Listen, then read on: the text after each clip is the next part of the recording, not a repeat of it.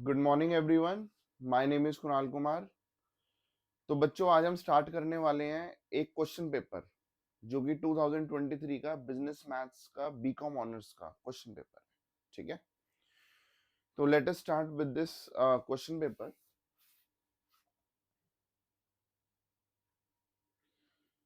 तो ये बच्चों दिल्ली यूनिवर्सिटी का पेपर है।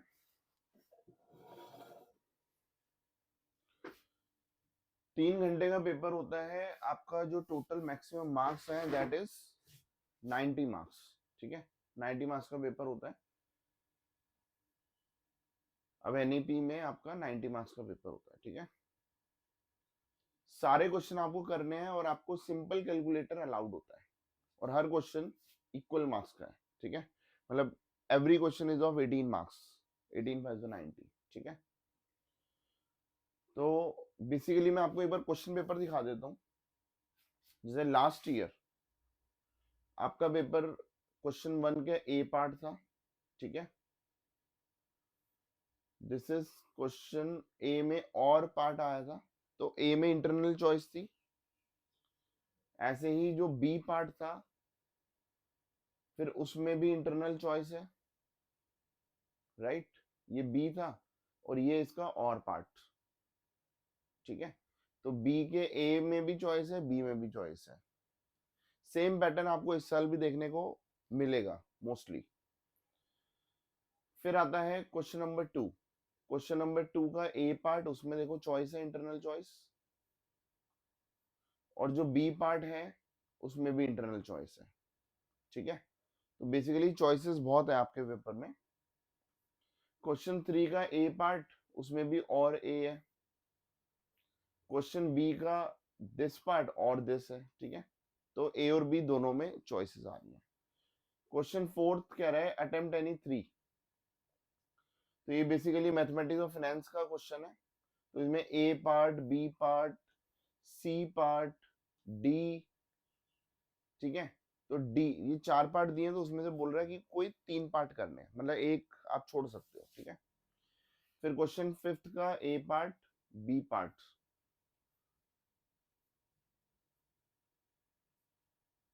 ठीक है, फिर इसमें ऑप्शन दिया है कि या तो ये कर लो। ठीक है, डन है। मतलब इसमें ऊपर वाले पार्ट में दो, ऊपर वाले क्वेश्चन में दो पार्ट्स हैं, या तो वो दो पार्ट वाला क्वेश्चन करो या ये वाला क्वेश्चन करो। ठीक है, तो ये वाले जो क्वेश्चन है ये आपका 18 मार्क्स का है। ठीक है, और उसके दो पार्ट बना दिए जो इसके ऊपर वाला क्वेश्चन था, जिसमें आपका एक पार्ट बना दिया 6 मार्क्स का। ठीक है, एक पार्ट 6 मार्क्स का बना दिया और दूसरा पार्ट आपका 12 मार्क्स का बना दिया। देख रहे हो, तो ऐसे आपके पांच क्वेश्चन आते हैं पेपर में। और चलो अब हम स्टार्टिंग से अपना स्टार्ट करते हैं।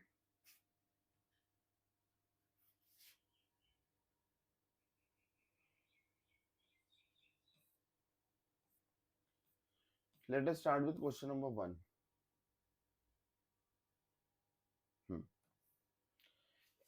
एक बार आप क्वेश्चन नंबर वन को रीड करो। ठीक है, आप क्वेश्चन नंबर वन को रीड करो।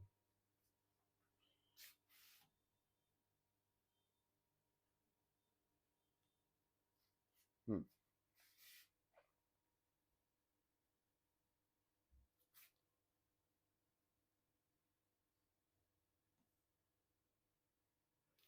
A salesperson has the following record of sales during 3 weeks of a particular month in respect of items P, Q and R. ठीक है, आपके पास तीन आइटम है एंड शी अर्न्स, ये एक सेल्स पर्सन की बात हो रही है। ठीक है, we are talking about a sales person. ठीक है, तो ये आपका पूरा क्वेश्चन स्क्रीन पे है, आपको इसको समझना है और कहीं पे आप इसको नोट डाउन कर सकते हो तो नोट डाउन कर लो। ठीक है, कहीं पे आप इसको नोट डाउन कर सकते हो तो नोट डाउन कर लो, क्योंकि मैं इसी इसी पीडीएफ में आपको समझाने की कोशिश करूंगा। तो हमारे पास तीन प्रोडक्ट हैं, पी, क्यू और आर। Got it. अब हमारे पास फर्स्ट वीक, ठीक है, she earns sales commission at the rate of 2%, 2.5% and 1% respectively. मतलब पी में उसकी कमीशन है 2%, क्यू में 2.5% और 1%, ठीक है। तो पी क्यू आर में ऐसे इसकी कमीशन डिसाइडेड है।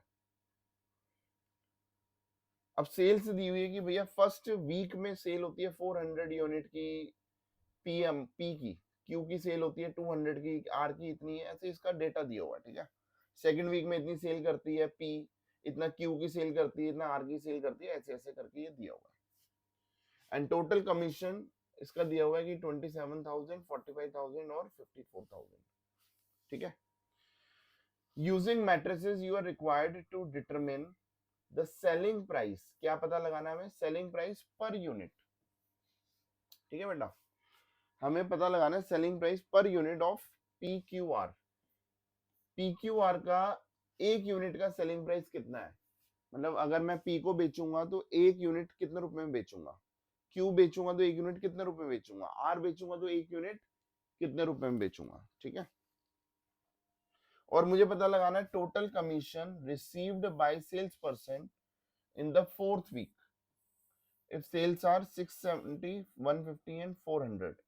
अब फोर्थ वीक में उसकी कमीशन कितनी बनेगी, ये तो 3 वीक का डेटा दिया हुआ है।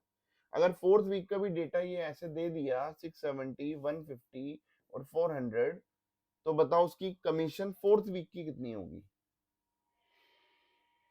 तो this is your question, simple है, ये ऐसे ऐसे सेल करती है पी क्यू आर, और इसकी फर्स्ट वीक में टोटल कमीशन इतनी बनती है, सेकंड वीक में इतनी बनती है, थर्ड वीक में इतनी बनती है, ये परसेंटेज दिया हुआ है। तो मुझे बताना है कि एक प्रोडक्ट वो कितने रुपए में बेच रही है, और फोर्थ वीक का अगर डेटा अलग से दे दिया जाए तो आपकी सेल्स की टोटल कमीशन कितनी होगी, ठीक है। I hope this question is quite clear to you all, ठीक है, ये क्वेश्चन आपको ढंग से नजर भी आ रहा होगा, ठीक है। चलो अब हम बच्चों चलते हैं इसके सॉल्यूशन पे, ठीक है। या तो आप इसका स्क्रीनशॉट लेके एक बार रख लो इस क्वेश्चन का, क्योंकि अब मैं पीडीएफ को आगे बढ़ाऊंगा, ठीक है। तो let us move to the solution of this PDF.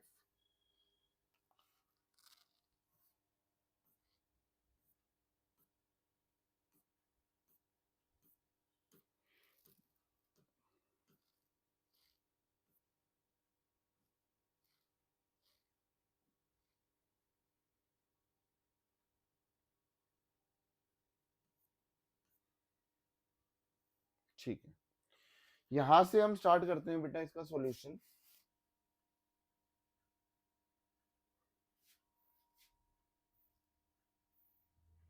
और पहले तो इसको समझने की कोशिश करेंगे कि भाई हमारी इक्वेशंस क्या बन रही हैं, ठीक है। We will try to solve कि हमारी इक्वेशन क्या है, ठीक है। Let X Y Z be the selling price. X Y Z क्या है, सेलिंग प्राइस। हम ये मान लेते हैं, हमें ये निकालना था ना, एक्स वाई जेड का सेलिंग प्राइस निकालना था। तो एक्स जो है वो पी का प्राइस मान लेते हैं, वाई क्यू का प्राइस मान लेते हैं, जेड आर का प्राइस मान लेते हैं, सेलिंग प्राइस लेट कर लिया, ठीक है। उसकी पहले वीक की कमीशन बन रही थी 27,000। पहले वीक की कमीशन कितनी बन रही थी बेटा, 27,000, ठीक है। तो और पहले वीक में 400 सेल कर रही थी पी का, तो पी की कमीशन कितनी बनेगी, अगर 400 यूनिट सेल करी है तो टोटल यूनिट कितनी सेल करी है, ठीक है। और सेलिंग प्राइस कितना है, एक्स। आप समझ रहे हो, देखो ये है 400 यूनिट सेल करी है, एक यूनिट का सेलिंग प्राइस एक्स है, तो मैं इसको एक्स से मल्टीप्लाई कर दूंगा तो उसकी टोटल सेल्स आ गई, ठीक है। और उसको 0.02 से मल्टीप्लाई कर दिया, क्योंकि पहले जो पी की कमीशन थी 2% थी, 2% मतलब 2/100 दैट इज 0.02, उससे मल्टीप्लाई कर दिया, ठीक है। तो मेरा ये आंसर आ गया, उसको मल्टीप्लाई कर दिया, तो इस this is called the commission received by P. Is that clear, बात क्लियर है। एक चीज समझनी है आपको, अगर एक चीज समझ आ गई तो बाकी सारी चीजें अपने आप समझ आ गई। देखो एक समझा दी, बाकी ये सब समझ आ गई आपको। कैसे सर, दूसरी कमीशन कितनी है, सर 200 यूनिट सेल कर रही है, एक यूनिट का प्राइस है वाई रुपीस। आप समझ रहे हो? सपोज मैं आइसक्रीम वाला हूं, मैंने 200 आइसक्रीम बेची, तो एक आइसक्रीम 10 रुपए की थी, तो मैंने कितने रुपए मुझे कलेक्ट हुए? समझ आ रही है? तो 200 इंटू 10, 2000, और उस पे कितनी मेरी कमीशन है, तो उसको उस परसेंटेज से मल्टीप्लाई करके मेरा कमीशन आ जाएगा कि इतने में मैंने इतनी कमीशन कमाई। ठीक है, सेम कंसेप्ट इधर हो गया, इधर इधर भी सेम कंसेप्ट है। आपने क्वेश्चन देखा है, तो क्वेश्चन के हिसाब से आपका ये इक्वेशंस बनानी आ गई, और total commission P Q are की फर्स्ट वीक की है 27,000। तो मुझे यकीन है कि आपको ये चीज समझ आ गई है। ठीक है, नेक्स्ट क्या है दिस, और ये क्योंकि ये सेम कंसेप्ट पे काम कर रहे हैं, तो ये हमारी 3 इक्वेशंस बन चुकी हैं। These are the 3 equations. Is that clear? अब उसके बाद सिंप्लीफाइंग द अबव सिस्टम, अगर मैं इन इक्वेशन को सॉल्व करता हूं, जैसे मैंने इसको मल्टीप्लाई किया, आप समझ रहे हो, तो ये 8x आ जाएगा, इसमें कोई डाउट नहीं है। कैलकुलेटर आपके हाथ में है, आप कैलकुलेटर से इक्वेशन इसको मल्टीप्लाई करोगे, सॉल्व करोगे, ये आपकी इक्वेशन बन गई। ये 2 इक्वेशन, तीसरी ये इक्वेशन बन गई। क्लियर है? अब जब आपकी इक्वेशन बन गई बेटा, तो अब आपको सॉल्व करना है, जैसे मैंने अपनी वीडियोस में कंसेप्ट समझा रखा है। इससे हम a निकालते हैं, ये हमारा x होता है, ये b होता है। ठीक है, 3 इक्वेशन को सॉल्व करना मेरी मैट्रिक्स की वीडियो में है, आप वहां जाके देख सकते हो। और फिर हम क्या करते हैं, ax is equal to b वाला फॉर्मूला लगाते हैं, अगर आपको इन्वर्जन मेथड करना है। बट यहाँ पे हम क्रैमर रूल लगा सकते हैं, क्योंकि हमें कोई बंदिश तो है नहीं इस क्वेश्चन में कि आपको कौन सा मेथड यूज करना है। अगर क्वेश्चन बोलेगा कि भैया ये मेथड यूज करना है, तो वही करेंगे। बट अगर कोई मेथड यूज करने के लिए बोला नहीं है, तो मेरी मर्जी है, मैं क्रैमर रूल लगाऊं या मैट्रिक्स इन्वर्जन मेथड लगाऊं। ठीक है, तो मैं इसमें क्रैमर रूल अगर लगाता हूं, तो देखो ax, ये पहले हम क्या करते हैं, इससे d निकलता है ना, इसको सॉल्व करते हैं तो d निकलता है। d मेरा 0 नहीं होना चाहिए। क्रैमर रूल मैंने आपको अपनी मैट्रिक्स की वीडियो पार्ट 2 में बता रखा है कि x का मतलब होता है d1 अपॉन डी, y का मतलब होता है d2 अपॉन डी, z का मतलब होता है d3 अपॉन डी। ठीक है, d क्या होता है, इसको इसको सॉल्व करेंगे, इसके डिटरमिनेंट को हम d बोलते हैं, तो वो आ रहा है -300। मतलब नेगेटिव और पॉजिटिव से कोई प्रॉब्लम नहीं है, जीरो नहीं आना चाहिए, क्योंकि जीरो आ जाएगा तो नीचे जीरो वैल्यू लिखूंगा तो आंसर नॉट डिफाइंड रहेगा। तो ये D1 क्या हो गया, आपको पता है कि जब डी हम निकालते हैं, इसके बदले इसको रिप्लेस कर देते हैं बी को, है ना। देखो D1 क्या हो गया, फर्स्ट कॉलम में के बदले बी वाले को डाल दिया, इसमें सेकंड के बदले बी को डाल दिया, इसमें थर्ड के बदले बी को डालते हैं। ये मैंने आपको क्रैमर रूल में अच्छे से सिखा रखा है। D1 D2 D3 निकाल लेंगे, और x की value D1 upon D, y की वैल्यू D2 अपॉन डी, और z की वैल्यू D3 अपॉन डी। इसको सॉल्व करेंगे, then you will get your answers. Got it? फिर आता है हमारा, तो हमारा एक्स वाई जेड आ गया, और एक्स वाई जेड को ही हमने अपना सेलिंग प्राइस माना था। तो selling price of X Y Z मतलब पी का सेलिंग प्राइस एक्स था, तो पी की वैल्यू आ रही है 10, तो पी का सेलिंग प्राइस 1650, क्यू का इतना, और आर का इतना। तो ये हमने इसका फर्स्ट पार्ट कर लिया। क्या कर लिया बेटा? First part. अब मैं दोबारा से एक बार क्वेश्चन दिखाता हूं।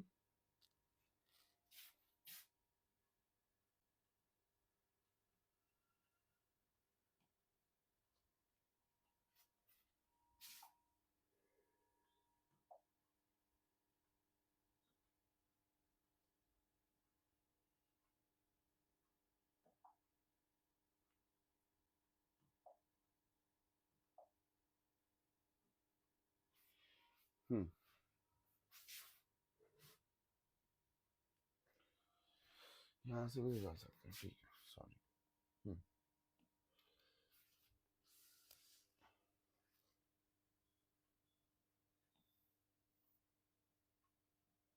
हाँ जी, so this was your question.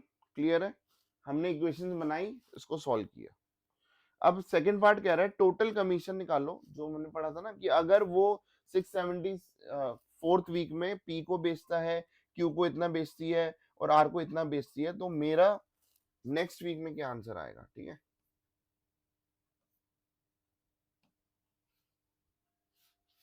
ठीक है, तो ये देखो, ये वाला आंसर आ गया था, इनपुट आउटपुट कोफिशिएंट मैट्रिक्स। तो बी के लिए नहीं, नहीं, यहाँ पे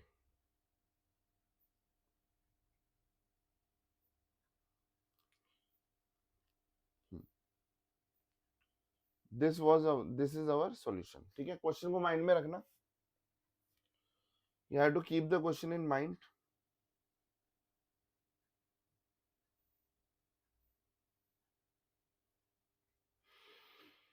चलो, अब बेटा ये कह रहा है कि आपका जो सेलिंग प्राइस हमारा ये आ चुका था, ठीक है, तो इधर लिखते हैं सेलिंग प्राइस, है ना, ये सेलिंग प्राइस है और ये पी क्यू आर का है। तो अगर मैं ढंग से ऐसे लिखना चाहूंगा तो यूनिट सोल्ड, कह रहा है unit sold of P Q R in the 4th week. अब पी क्यू आर जो बेचा था सर वो ऐसे लिखा हुआ था 670, 150 और 400, है ना, तीनों का ये था। लेकिन अगर मैं ऐसे लिखूं, इसको ऐसे मैट्रिक्स में लिखूं और इसके सेलिंग प्राइस को मैं ऐसे लिखूं 1650, 2640 और 300, तो क्या ये दोनों मैट्रिक्स मल्टीप्लाई हो सकती है? सर पहली बात तो इसका ऑर्डर भी 3/1 है, इसका ऑर्डर भी 3/1 है, तो ये वाला और ये वाला मैच होना चाहिए ना, ये तो हो ही नहीं रहा। तो हमने क्या किया बेटा, इस मैट्रिक्स को इस फॉर्म में ना लिख के हमने इस फॉर्म में लिख दिया। ठीक है, पी की सेल्स दी हुई है 670 और इधर 0 0 डाल दिया। ठीक है, क्यू की सेल्स दी हुई है 150, इधर 0 0 डाल दिया।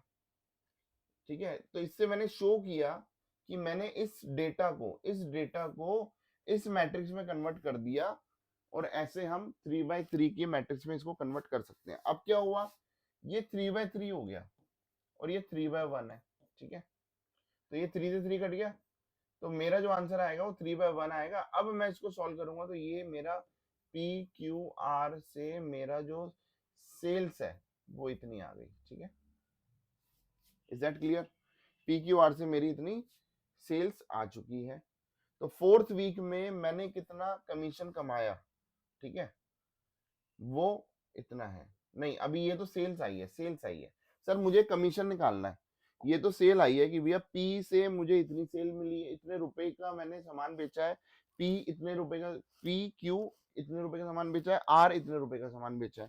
सर पी क्यू आर इतने रुपए का अगर आपने सामान बेचा है और आपकी कमीशन 0.02 0.0, ये आपको कमीशन तो ऑलरेडी गिवन थी। अब आपको कमीशन कैसे निकालनी है भैया? जो रेट ऑफ कमीशन है, देखो सिंपल सी बात है, अगर मैंने 10,000 रुपए का सामान बेचा है, अगर मैंने 10,000 रुपए का सामान बेचा है और मेरी कमीशन 5% है, तो मैं इसको मल्टीप्लाई तो करूंगा। तो फॉर्मूला क्या हुआ, रेट ऑफ कमीशन, जो रेट है उसको किससे मल्टीप्लाई करना है, सेल से। तो जो मेरा आंसर आएगा वो आएगा मैंने कितनी कमीशन कमाई। क्लियर है? ठीक है, तो मैं इधर क्या लिख रहा हूं, रेट, इधर क्या लिख रहा हूं, सेल्स, और मुझे एक आंसर चाहिए ना, एक आंसर चाहिए। अब देखो रेट को मैं ऐसे लिख रहा हूं, ये क्या है, कौन ऑर्डर क्या है, 1 into 3, 1 row 3 column, इसका क्या है 3 into 1। तो मैं इसी फॉर्मेट में लिखूंगा तब जाके मेरा 1 into 1 आंसर आएगा। अगर सपोज आप बोलते सर मैं रेट को ऐसे लिख रही हूँ 0.02, 0.025, 0.01, और इसको मैं ऐसे लिखूंगी दिस। ठीक है, तो आपको वो कॉम्बिनेशन देखने हैं, समझ आ रही है? ये हो गया 5,000, ये हो गया 3,96,000, ये हो गया 1,20,000। तो अगर मैं ये चीज करूंगा तो क्या मेरा मल्टीप्लाई पॉसिबल हो पाएगा? नहीं हो पाएगा। तो मेरे को ऐसे देखना है कि भैया इसको मैं किस फॉर्मेट में लिखूं, इसको किस फॉर्मेट में लिखूं। ठीक है, अगर सपोज आप इसको इस फॉर्मेट में लिखते, ये तीन रेट ऐसे लिखते और इसको ऐसे तीन चीजें ऐसे करके दिखाते, तो भी क्या मेरा आंसर आता? सर मेरा आंसर 3 into 1, ये रो है, 3 row 1 column, इसका आंसर क्या था, 1 row 3 column। तो मेरा आंसर पता है क्या आता, 3 into 3, 3 into 3 की मैट्रिक्स बनती है, उसमें 9 आंसर होते। उसमें कितने आंसर होते? 9 आंसर होते। तो मुझे 9 आंसर चाहिए क्या? नहीं, मुझे एक ही आंसर चाहिए, क्योंकि क्वेश्चन कह रहा है टोटल कमीशन बताओ भाई 4th वीक की। तो एक आंसर लाने के लिए जो रेट है वो इस फॉर्मेट में या इस फॉर्मेट में, तो मुझे चूज करना पड़ेगा ये फॉर्मेट। ठीक है, और जो सेल्स है वो ये फॉर्मेट या ये फॉर्मेट, तो मुझे चूज करना पड़ेगा ये फॉर्मेट। ठीक है, तो जाके ये 3 3 कट जाएगा, तो 1 into 1 मेरी ये बच जाएगा, that is my total commission. This is called total commission. Is that clear? Clear है बेटा ये? हाँ जी, तो ये हमने किया फर्स्ट का ए पार्ट, ठीक है। नेक्स्ट क्वेश्चन पे चलते हैं, let us move to the next question, ठीक है। नेक्स्ट क्वेश्चन कहता है, अब फर्स्ट का ए का और कर रहे हैं, ठीक है। अभी ए ही चल रहा है बट ए का और वाला क्वेश्चन करेंगे, ठीक है। दिस इज वन का और, ठीक है। डन है, डन। हाँ जी, let us read the question. A manufacturer produces two products A and B that are processed on two machines, first and second, before completion. Machine 1 can process either 25 units of product A or 10 units of product B, ठीक है।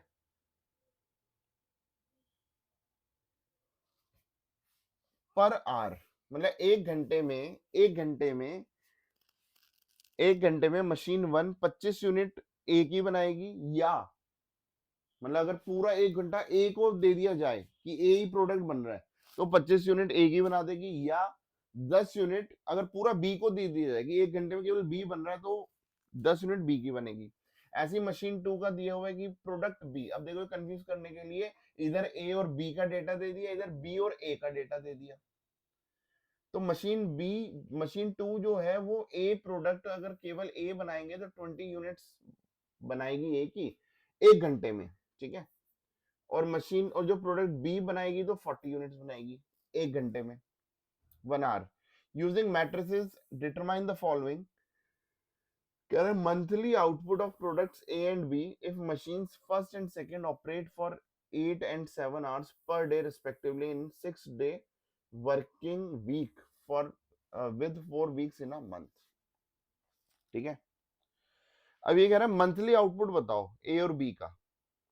ए और B, ए कितना बनाएगी एक महीने में और B कितना, मशीन बी कितना बनाएगी, सॉरी मशीन 1 और मशीन 2 ए और बी टोटल कितना बनाएंगे अगर मशीन 1 8 घंटे चलती है एक दिन में और मशीन 2 7 घंटे चलती है एक दिन में, और मुझे एक वीक में 6 वर्किंग डे होते हैं और मुझे 4 वीक का डेटा चाहिए, ठीक है।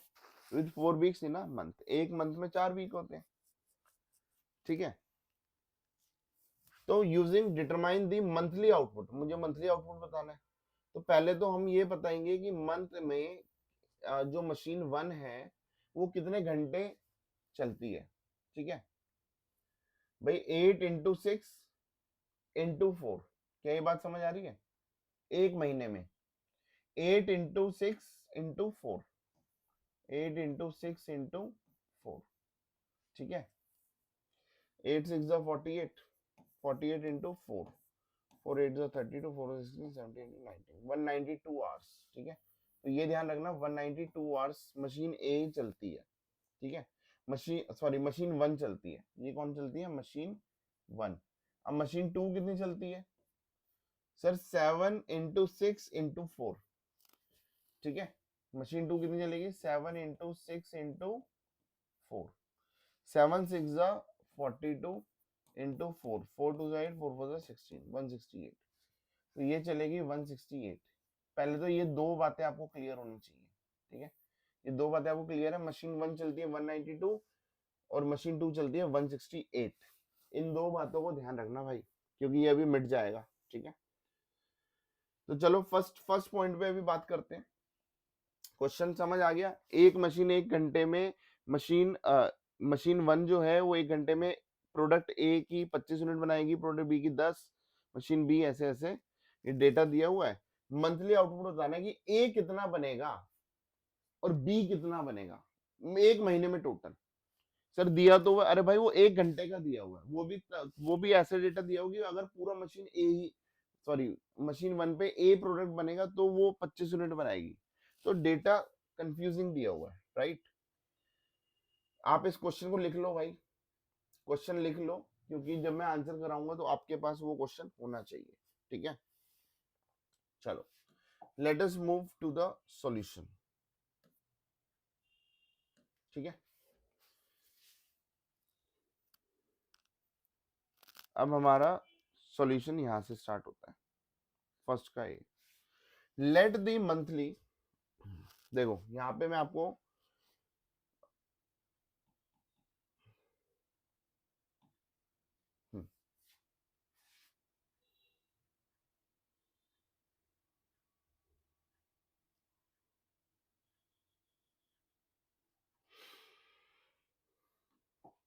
ठीक है, क्वेश्चन कह रहे हैं let the monthly production of product A and B be X and Y. तो ए की monthly production X, X unit बनाती है, ए की प्रोडक्शन कितनी है, एक्स यूनिट पर मंथ, ये प्रोडक्ट ए, और प्रोडक्ट बी की मंथली प्रोडक्शन कितनी है, वाई यूनिट्स पर मंथ। ये बात आपको समझ आ रही है? तो सर मुझे एक बात बताओ, ठीक है, मैं एक ही क्वेश्चन समझाऊंगा, बाकी समझ आ जाएगी आपको सारी, ठीक है। सर एक बात बताओ, ठीक है, 1 आवर में, 1 आवर में कितनी प्रोडक्शन हो रही है मशीन 1 पे, 25। 1 आवर में 25 यूनिट बन रही है मशीन 1 पे, ठीक है, ये मशीन 1 की बात कर रहा हूं। तो मुझे एक्स यूनिट का बताना है, कि एक्स यूनिट का डेटा बताना है, तो पहले मैं 1 यूनिट का निकालूंगा ना। तो 1 यूनिट इधर, ये 25 इधर डिवाइड में चला गया, तो 1 यूनिट कितने टाइम में बनेगी सर, 1/25 आवर में। 1 घंटे में अगर 25 यूनिट बनती हैं, तो 1 यूनिट, इसको 1 छोड़ना है तो 25 को डिवाइड में ले गया, तो 1 यूनिट कितने देर में बन रही है सर, 1/25 आवर में। सो एक्स यूनिट कितनी देर में बनेगी, क्योंकि मेरा जो क्वेश्चन था वो आवर्स में दिया हुआ था, याद करो 192 आवर्स और 168 आवर्स। तो मेरे पास टोटल मशीन 1 के लिए, मशीन 1 के लिए 192 आवर्स अवेलेबल है, और मशीन 2 के लिए 168 आवर्स अवेलेबल है। ये बात क्लियर है? तो मशीन 1 के लिए मुझे बताना है कि भैया एक एक्स यूनिट में कितने घंटे लगेंगे। अरे भाई 1 यूनिट का निकाल लो, फिर एक्स यूनिट का निकाल लेना, दोनों को एक्स से मल्टीप्लाई कर दो, इसका मतलब यही है ना, दोनों साइड को एक्स से, तो 1 × एक्स क्या हो गया, एक्स। तो एक्स यूनिट्स बनने के लिए इसको भी एक्स से मल्टीप्लाई किया, तो x/25 आवर्स लगेंगे। तो एक्स यूनिट को बनने के लिए मशीन 1 पे, एक्स यूनिट को बनने के लिए मशीन 1 पे कितने आवर्स लगेंगे सर, x/25 आवर्स। देखो यही डेटा इधर है, got it. Same concept, 1 hour में 10 यूनिट मशीन 2 बनाई, ठीक है, सॉरी मशीन 1 पे, मशीन 1 पे ही 1 आवर में 10 यूनिट बनेंगी, यूनिट प्रोडक्ट बी की। तो ये ए के लिए डेटा था, ये किसका डेटा था, मशीन 1 का, ए का। ऐसे ही मशीन 1 का बी का डेटा निकालूंगा, तो वन, मैं समझा रहा हूं आपको, 1 hour is equal to 10 units, unit product B कितना था, 10 यूनिट्स। तो ये 1/10 हो गया और x/10 हो गया, देखो सॉरी y/10 हो गया, क्योंकि यहाँ पे y यूनिट्स थी, है ना, प्रोडक्ट बी। तो मशीन 1 पे प्रोडक्ट ए इतना बनेगा, प्रोडक्ट बी इतने घंटे लगाएगा, और दोनों घंटे, ये आवर्स आए, ये आवर्स आए, है ना, तो दोनों आवर्स मिला के मशीन 1 के 192 आवर्स ही होने चाहिए भाई, समझ आ रही है? तो इसका मतलब ये मेरी एक इक्वेशन बन गई, और मुझे उम्मीद है कि अगर आपको ये चीज समझ आ गई तो ये तो कुछ है ही नहीं। सेम कंसेप्ट ऐसी मशीन 2 का ए पे निकालोगे, मशीन 2 का बी पे निकालोगे, और ये टोटल मशीन 2 का टोटल 168 आवर्स दिया हुआ था, जो अभी अभी मैंने आपको इक्वेशन बताई थी ना। बस उसके बाद कुछ नहीं है भाई, इस इक्वेशन को सॉल्व करोगे एलसीएम लेके, तो ये इक्वेशन बन रही है। इस इक्वेशन को ऐसे लिख दो, और अपना मैट्रिक्स इन्वर्जन मेथड यूज करना है, या कौन सा मेथड यूज करना है आपकी मर्जी है। जैसे इसमें, इस क्वेश्चन में बुक वालों ने मैट्रिक्स इन्वर्जन मेथड यूज करा हुआ है, ठीक है। अब मैं इसको मिटा रहा हूं, ठीक है। तो X, A X is equal to B होता है, X is equal to A inverse B होता है। ए हमें पहले चेक, डिटरमिनेंट ए चेक करना होता है, नॉन जीरो आना चाहिए। तो वो नॉन जीरो शो कर रहा है कि देखो -8 आया विच इज नॉन जीरो, तो इसका मतलब ए इनवर्स एग्जिस्ट करेगा। तो अब आपके पास तो ये मैट्रिक्स को सॉल्व करने का तरीका जो मैं ऑलरेडी अपनी वीडियो में मैट्रिक्स कैसे सॉल्व करते हैं वो तो आपको सिखा चुका हूँ। इनवर्स का ये फॉर्मूला हो गया, ये वैल्यू हो गई 1 अपॉन डिटरमिनेंट जॉइंट है, और x की ये फॉर्मूला वैल्यू डालेंगे और ये मेरा आंसर आ गया x का। इसका मतलब x मेरा कितना बनना चाहिए 3000, y कितना बनना चाहिए 720। तो x की वैल्यू 3000 और y की वैल्यू क्या आ रही है बेटा 720। ठीक है,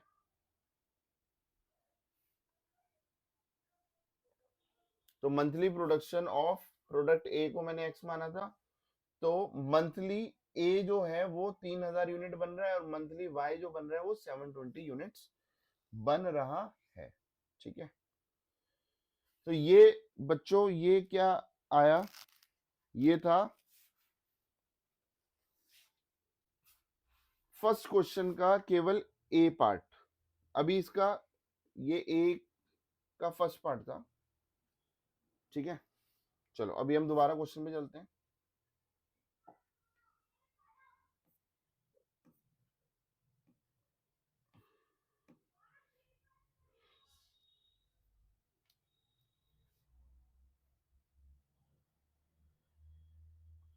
अभी इसके ये जो इसका हम क्वेश्चन कर रहे हैं ये वाला, इसके सेकंड पार्ट भी और थर्ड पार्ट भी है। सेकंड पार्ट कह रहा है per unit cost of production बताओ। ठीक है, ये कह रहा है, अभी ये तो हमने निकाल लिया, मंथली आउटपुट हमने निकाल लिया। ठीक है, अब ये कह रहा है per unit cost of production if the cost of operating per hour on 2 machines. मतलब 1 घंटे में अगर मशीन 1 की जो कॉस्ट आती है वो 25,000 रुपए आती है, और 1 घंटा मशीन बी को चलाते हैं तो 1 घंटे की कॉस्ट, ठीक है, वो आ रही है 3000। आप समझ रहे हो वो क्या कह रहा है, वो कह रहा है 1 घंटे की जो कॉस्ट है पर आवर की कॉस्ट मशीन 1 पे इतनी है और मशीन 2 पे इतनी है। तो कह रहा है एक यूनिट पे कितनी कॉस्ट आ रही है। आप समझ रहे हो, 1 घंटे में मैं बना रहा हूँ मशीन ए पे बना रहा हूँ और उसकी एक मशीन इतने रुपए किराए पे मिलती है फॉर एग्जाम्पल। तो बताओ एक यूनिट अगर मैं बना रहा हूँ तो उसकी कॉस्ट कितनी है। ठीक है, आपको क्वेश्चन समझ आना बहुत जरूरी है, लिख लो ये क्वेश्चन क्योंकि अब मैं सॉल्यूशन पे जंप करने वाला हूँ। ठीक है,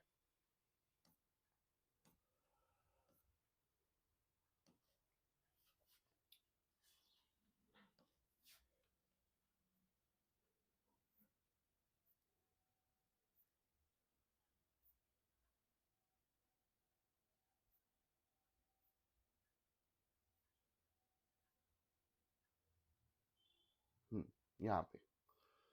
ठीक है,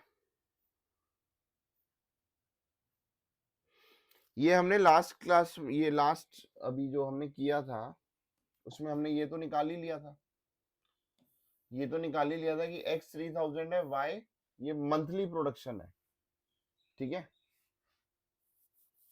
ठीक है भाई। अब कह रहा है per unit cost of production of 2 products, वो कैसे निकालेंगे। ठीक है, M1 है 1/25, ये 1 घंटे का निकाला, तो M1 पे 1 घंटे में तो एक एक यूनिट ऑफ ए M1 पे कितने टाइम में लगती है सर 1/25 आवर्स, ये हमने निकाला था ना। और M2 पे ए यूनिट 1/20। ठीक है, बी पे था, बी पे M1 था 1/10, 10 उधर डिवाइड में ले गए थे और इस ये हो गया 1/40। ठीक है, अगर ये पहला वाला पार्ट आपको पहले तो खुद करना है भाई, जब आप पहला वाला पार्ट खुद कर लोगे उसके बाद मेरी ये वीडियो पॉज करके फिर आगे देखना है। ठीक है, तो आपको ये पता लग गया कि भैया एक यूनिट बनने में इतना, M1 पे ए यूनिट बनने में इतना टाइम लगेगा, बी यूनिट बनने में इतना टाइम लगेगा, M2 पे ए यूनिट बनने में इतने घंटे लगेंगे, बी यूनिट बनने पे इतने घंटे लगेंगे। ये तो ठीक है, ये टाइम लग रहा है राइट। ए यूनिट पे M1 इतना टाइम लगा रही है, M2 इतना टाइम, और टोटल कॉस्ट M1 पे इतनी है, M2 पे इतनी है। ठीक है, अब ध्यान रखना भाई M1 M2 इधर होना चाहिए। क्यों? क्योंकि सर ये क्या होता है, 2 रोज 2 कॉलम, ये क्या है 2 रोज 1 कॉलम, ये और ये मैच कर रहा है, ये थ्योरेटिकली मैच कर रहा है, न्यूमेरिकली मैच कर रहा है, थ्योरेटिकली भी करना चाहिए। ये 2 जो है ये कॉलम को डिनोट कर रहा है, ये रो होते हैं कॉलम होते हैं, तो कॉलम M1 M2 है, कॉलम क्या है M1 M2, और इधर जो रो है वो क्या है, रो M1 M2 है, ठीक है, और ये कॉलम क्या है, कॉस्ट, कॉलम ये कॉस्ट को डिनोट कर रहा है, ठीक है, गॉट इट।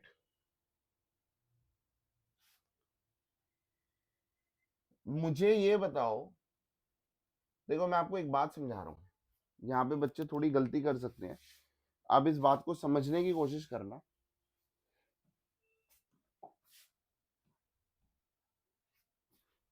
इस बात को समझने की कोशिश करना, ठीक है, यहाँ पे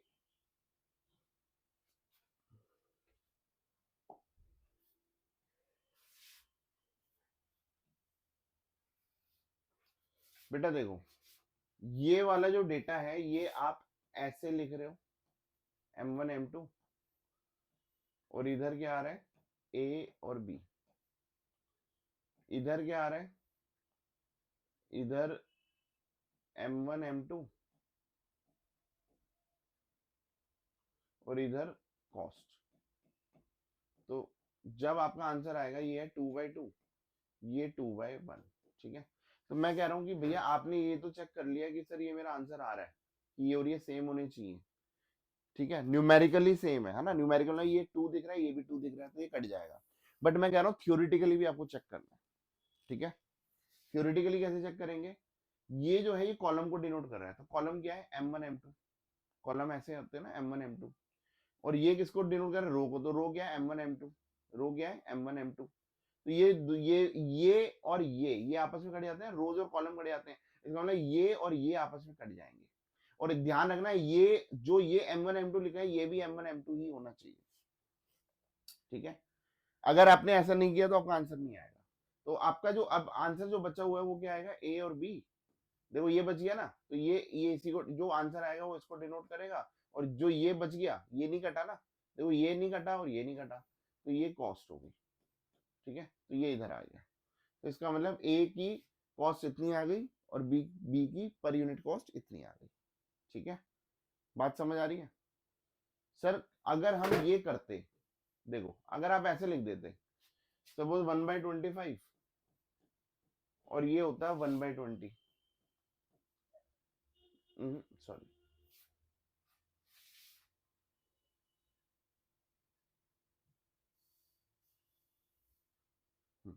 अगर ये आप लिखते 1/10, है ना, सपोज ये ऐसे ना लिख के ऐसे लिखते, इधर लिखते 1/20 और इधर होता है 1/40, तो बताओ।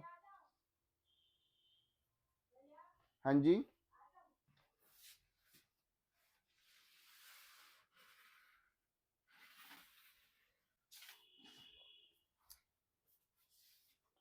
ठीक है, तो बताओ ये क्या डिनोट कर रहा था, 1/25 और 1, ये है मशीन 1 यहाँ पे आ जाता, देखो मशीन 1 का ए कितना है 1/25, मशीन 1 का बी कितना है 1/10, है ना, तो मशीन 1 का ए इधर आता, मशीन 1 का बी इधर आता, तो ए और बी इधर होता, M1 M2 इधर आता,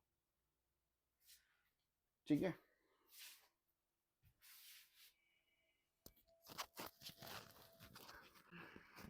इधर अभी पोछा लगाना है, हाँ। बाद में लगा लेना, बाद में मतलब नीचे कर लो, इधर रहने दो आज। हाँ जी, ठीक है बेटा, तो इधर मैं क्या लिखता, तो सर इधर M1 M2 इधर आ रहा है और इधर कॉस्ट आ रही है, तो बताओ अगर मैं इनको सॉल्व करूंगा तो ये 2/2 है, ये 2/1 है, तो बताओ ये तो सॉल्व तो हो रहा है ना, 2 से 2 कट जाएगा, ये और ये सेम है, न्यूमेरिकली सेम है बट थ्योरेटिकली सेम नहीं है। सर इसका क्या मतलब है, इसका मतलब ये कॉलम को डिनोट कर रहा है ना, कॉलम क्या है A और B, ये किसको डिनोट कर रहा है, रो को, रो क्या है M1 M2, तो ये और ये भाई सेम होने चाहिए, नहीं तो ये थ्योरेटिकली नहीं सेम है। तो न्यूमेरिकली आप सॉल्व तो करके आ जाओगे, बट आपको पता लगेगा आपका आंसर गलत हो गया। Are you getting my point? आपको पता लग गया आपका आंसर गलत हो गया, सर मेरा तो मैच भी हो रहा था कि ये 2-2 सेम है, बट मैं आपको बता रहा हूँ भाई, numerically as well as theoretically ये चीजें मैच होनी चाहिए जो इसमें मैच हो रही है। Are you getting my point? तो हम इसको वैसे मल्टीप्लाई करके फिर ये मेरा आंसर आ रहा है, ठीक है। तो मेरे पर यूनिट आ रहा है कि ए की जो per unit cost of production है, मतलब एक ए को बनने में इतने रुपए का खर्चा लग रहा है, एक बी को बनने में इतने रुपए का खर्चा लग रहा है। अब क्वेश्चन कह रहा है, क्वेश्चन कह रहा है the total cost of production, ठीक है, क्वेश्चन कह रहा है the total cost of production is given by this. अब मुझे बताओ, क्वेश्चन का थर्ड पार्ट था ना, टोटल कॉस्ट ऑफ प्रोडक्शन निकालो। अरे भाई ए इतना यूनिट्स है, आप समझ रहे हो, ए इतनी यूनिट्स है, ये हमने निकाला था ना कि ए इतना बन रहा है बी इतना बन रहा है, तो ये क्वांटिटी है ना, और ये क्या क्वांटिटी, और ये ए और बी, ए और बी की क्वांटिटी ऐसे दिया होगा, ठीक है, और ये ए और बी, ठीक है, ये क्या दी है इसकी कॉस्ट, ऊपर क्या लिख दूंगा ऐसे कॉस्ट। अब क्या ये मल्टीप्लाई हो रहा है, सर वही वाला तरीका, ठीक है, वही वाला रूल, ध्यान से देखना कि सर ए और बी को तो मैं ऐसे भी तो लिख सकती थी, ए और बी को मैं ऐसे भी तो लिख सकते थे, 3000 और 720, ठीक है, इधर, और इधर भी मैं ऐसे लिख दूं 2500 और 3250। तो क्या ये मल्टीप्लाई हो सकता था? नहीं हो सकता। तो आपको आपको ये पता लग गया ए और बी ये है, तो या तो मैं इसको ऐसे लिखूंगा या ऐसे लिखूंगा, इसको या ऐसे लिखूंगा या ऐसे लिखूंगा, ठीक है। तो आपको कॉम्बिनेशन देखना है, सर इसमें क्या होगा, इसमें तो पहले बता ये 2 रो 1 कॉलम, ये भी 2 रो 1 कॉलम, मल्टीप्लाई पॉसिबल ही नहीं है, ठीक है। मल्टीप्लाई पॉसिबल भी होगा तो आपको देखना है कि आपका थियोरिटिकली पॉसिबल है, ठीक है, और आपको आंसर कितने चाहिए, ठीक है। भाई अगर मैं इसको आगे कर दूंगा, जैसे सपोज इसको, सपोज मैं आगे कर सकता था ना, इसको पहले लिख दिया, ये 2500 ये इधर लिख दिया, ये बात समझ आ रही है आपको? देखो अगर मैं इसको पहले लिख देता 2500 और ये 3250 है ना, कॉस्ट को क्वांटिटी से मल्टीप्लाई करो या क्वांटिटी को कॉस्ट से करो, बात एक ही है। और इसको मैं ऐसे लिख देता 3000 और ये 720, तो मेरा न्यूमेरिकली सही था, 2 रो 1 कॉलम, 1 रो 2 कॉलम, मेरा आंसर आता, थियोरेटिकली भी सही था, ठीक है। कैसे? इधर ये क्या शो कर रहा है, ए और बी को शो कर रहा है, इधर ये किसको शो कर रहा है, ए और बी को शो कर रहा है, तो इसका जो कॉलम है, आप समझ रहे हो, तो मैं अगर मल्टीप्लाई भी करूंगा तो मेरा जो आंसर आएगा वो 2/2 आ जाएगा, मेरा आंसर आएगा 2/2। मेरे चार आंसर आएंगे भाई, चार थोड़ी चाहिए मुझे, एक ही आंसर चाहिए था, टोटल कॉस्ट ऑफ प्रोडक्शन, ठीक है। तो बेस्ट जो आप देखो, इसको दो तरीके से लिख सकते हैं, इसको दो तरीके से लिख सकते हैं, आपको ये देखना है कि आपका तरीका कौन सा बेस्ट होगा, ठीक है, जिससे एक ही आंसर आए और वो न्यूमेरिकली भी सही हो और थ्योरेटिकली। देखो न्यूमेरिकली सही है, 1 रो 2 कॉलम, 2 रो 1 कॉलम, 2 से 2 कट गया, न्यूमेरिकली सही है। अब क्या थ्योरेटिकली सही है, ये 2 कॉलम है, कॉलम मतलब ए और बी, और ये रो है, रो मतलब ए और बी, तो ये और ये आपस में कट रहा है, तो इसका मतलब ये मेरा आंसर बच रहा है, ये और ये सेम होना चाहिए, जो कट रहा है वो सेम होना चाहिए, ठीक है। तो total cost of production is 98,440,000, ठीक है, 98,40,000। Is that clear? क्लियर है भाई? चलो, so this was our question number,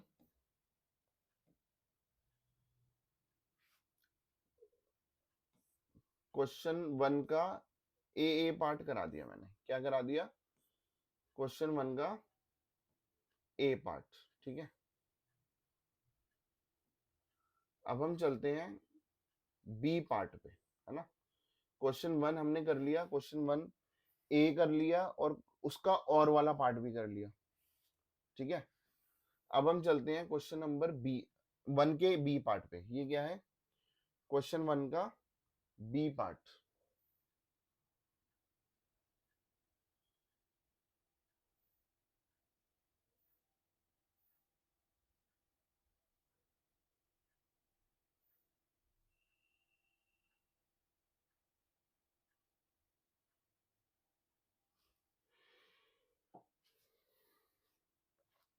हाँ जी।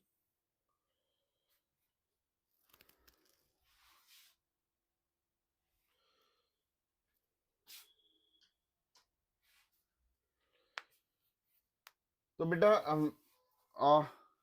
आई थिंक कि ये वीडियो बहुत ज्यादा बड़ी बनने वाली है अगर मैं इसको प्रॉपर सॉल्व करा रहा हूँ। तो मैं अब इसका पार्ट 2 लेके आऊंगा बहुत जल्दी। ठीक है, थैंक यू सो मच।